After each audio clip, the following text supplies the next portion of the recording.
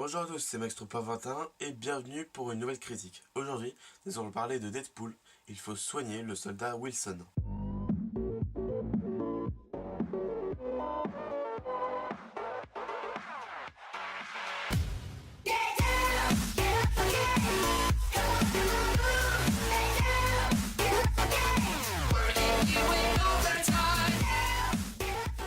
Deadpool, il faut soigner le soldat Wilson. Déjà, rien que le titre, ça vous fait penser au film de Spielberg. Mais bon, il ne faut pas oublier que Deadpool, c'est quasiment un comique parodique. Oui, ça ne veut rien dire, mais vous avez compris. Il a été écrit par Dwayne Sursinski, celui qui a fait le Punisher, et celui qui a géré les dessins s'appelle Jason Pearson. Alors qu'est-ce que ça raconte? C'est Wade Wilson, alias Deadpool, qui a été arrêté par le gouvernement américain, parce qu'il a été suspecté d'avoir commis un massacre au Brésil. Donc du coup, à travers ça, il doit prouver son innocence et il va raconter plusieurs histoires plus ou moins intéressantes. Et c'était des histoires avec lesquelles il faisait équipe avec Domino, Bullseye et Silver Sable. Et que d'ailleurs on voit sur la couverture du livre. Alors qu'est-ce que j'en ai pensé de l'histoire? C'est pas très original, certes, mais c'est toujours aussi stylé. Deadpool, en fait, il avait l'habitude d'être drôle, etc. Il avait aussi l'habitude de briser le quatrième mur.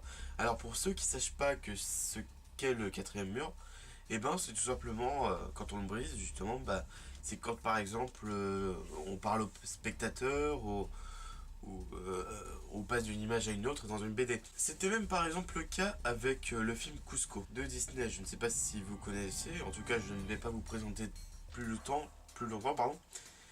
Mais voilà. Donc en gros, briser le quatrième mur, c'est parler au lecteur. Donc cette fois-ci, j'ai trouvé un petit peu Deadpool plus sombre que dans les autres comics, je trouve, parce que déjà, je trouve qu'il fait moins de gags que d'habitude, même si celui de Matrix m'a fait beaucoup rire. Et justement, quand on vient de voir le film Deadpool sorti en février, réalisé par Tim Miller, on se dit, ouais, c'est pas tout à fait la même chose. J'ai vraiment beaucoup aimé l'histoire puisque c'était construit vraiment très intelligemment. C'est bien rythmé, il y a beaucoup de scènes qui sont assez sympas à suivre et on ne s'ennuie quasiment pas. Et ça c'est cool. Après si je devais parler des personnages, je présenterai d'abord Deadpool, Domino, Silver Sable et Bullseye. Alors évidemment Deadpool niveau attachement ce n'est pas le meilleur de tous. Ça on est d'accord. Mais il a toujours le second degré qui sommeille en lui et toujours l'envie de tuer comme le personnage de base et ça c'est cool. Donc là-dessus ils ont plutôt bien réussi pour Deadpool. Après personnellement je ne connais pas spécialement les autres personnages comme Domino, Silver Sable ou encore Bullseye, donc ces trois coéquipiers. Mais à part Domino, les deux autres sont un petit peu mis en arrière-plan. Ce qui est bon. Je vous avoue légèrement dommage mais bon. Ce n'est pas si grave que ça. On notera d'ailleurs quelques origin story de Deadpool qui sont, pour ma part, je trouve, assez bien scénarisées. Cool, et ça nous fait un petit rappel de ces origin story. Et ça, franchement, c'est cool. C'est vraiment très cool. Niveau des dialogues, clairement, j'ai pas grand chose à dire dessus. C'est toujours du Deadpool, mais cette fois un petit peu plus sombre, comme j'ai dit. Tout simplement parce que déjà, c'est des sujets qui sont pas forcément extrêmement drôle déjà parce que alors que pourtant d'habitude Deadpool il a l'habitude de faire de l'humour, mais aussi parce que ça a un réel impact sur ses amis, comme par exemple Domino. Attention, spoiler, Domino était dans une cellule et elle était prête à se faire liquider. D'ailleurs, elle a perdu un œil. Ce que j'aime bien aussi, c'est que le livre reste autant ridicule que le personnage de base. Parce que Deadpool, justement, comme toujours, et ça c'est vraiment important, il aime vraiment se marrer avec le lecteur. Et ça c'est assez bien maîtrisé, notamment quand il fait des dessins de sa vie privée avec Domino dans le livre. Je trouve ça assez bien foutu, et ça franchement c'est cool. Au niveau des dessins, c'est vraiment très très beau. Il y a beaucoup de couleurs.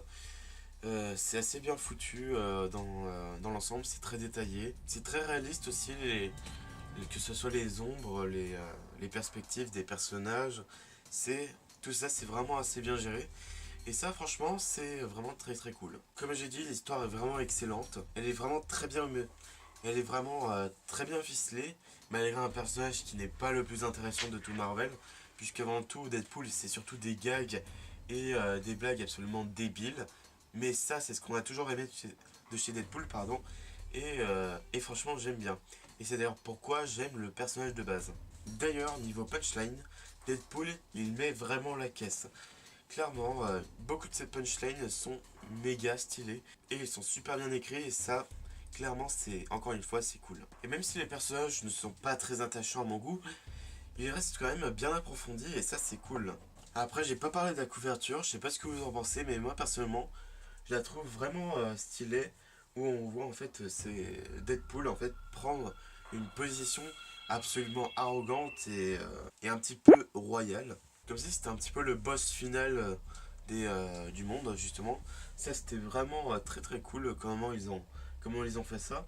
D'ailleurs on a le drapeau américain pour représenter. Parce que oui en fait Deadpool en fait c'est un petit peu aussi le représentant des, de ce qu'il y a de négatif et de positif chez les Américains, un peu comme les Simpsons d'ailleurs, sauf que les Simpsons ne brisent pas le quatrième mur.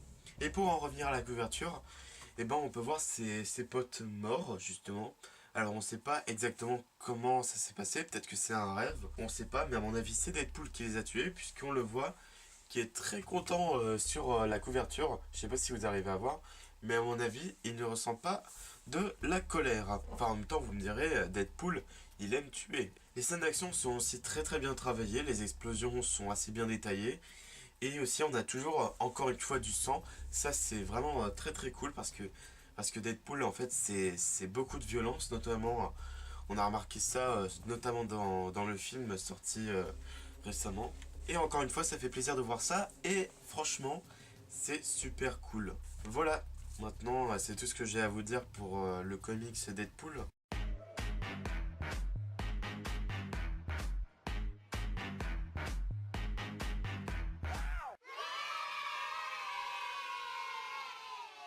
Le premier épisode de Behind Star Wars arrive bientôt, il est en cours d'écriture. Et d'ici là, on se retrouvera d'ici 2 semaines normalement pour le prochain épisode de After the Comic Book. Allez, salut!